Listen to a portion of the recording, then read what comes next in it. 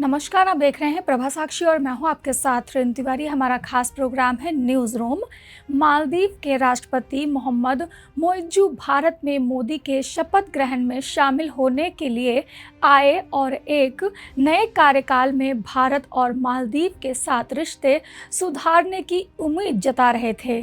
PM Modi से भी उनकी बातचीत हुई और सोमवार को केंद्रीय मंत्री एस जयशंकर ने भी मोइज्जू के साथ मीटिंग की थी।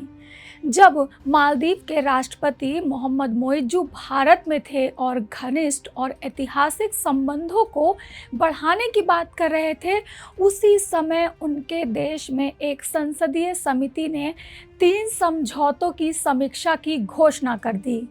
इस समझौते पर मालदीव के पूर्व राष्ट्रपति और भारत समर्थक नेता इब्राहिम सोहिल ने भारत के साथ हस्ताक्षर किए थे। अब इस समीक्षा के पीछे यह कहा जा रहा है कि इसमें कथित तौर पर मालदीव की संप्रभुता का उल्लंघन किया गया था। इतना ही नहीं, मोदी के शपथ ग्रहण का लाइव प्रसारण भी वहां पर रोक दिया गया था। मालदीव की स्थानीय मीडिया रिपोर्टों के अनुसार सांसद अहमद अजान ने कहा कि संसद की राष्ट्रीय सुरक्षा सेवा समिति ने सोहिल के प्रशासन द्वारा मालदीव की संप्रभुता और स्वतंत्रता को कमजोर करने वाली कार्रवाइयों की जांच के लिए एक संसदीय जांच करने का फैसला किया है। अजान ने संसदीय जांच शुरू करने का प्रस्ताव रखा और आरोप लगाया कि पिछली सरकार के कार्यों ने देश की स्वतंत्रता और संप्रभुता को प्रभावित किया है। मोइज्जू की सरकार ने पिछले साल घोषणा की थी कि वह मालदीव के जल क्षेत्र में संयुक्त हाइड्रोग्राफिक सर्वे के लिए भारतीय नौसेना के साथ समझौते को रिन्यू नहीं करने जा रही है। मालदीव के राष्ट्रपति मोहम्मद मोइज्जू भले ही भारत में थे, लेकिन मालदीव में वहां की सरकार की नफरत भारत के खिलाफ कम होती नहीं दिख रही है।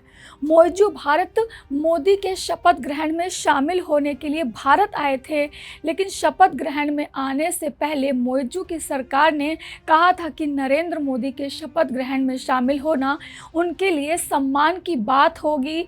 मोदी सरकार के नए कार्यकाल में भारत और मालदीव के बीच रिश्ते सुधरने की उम्मीद है।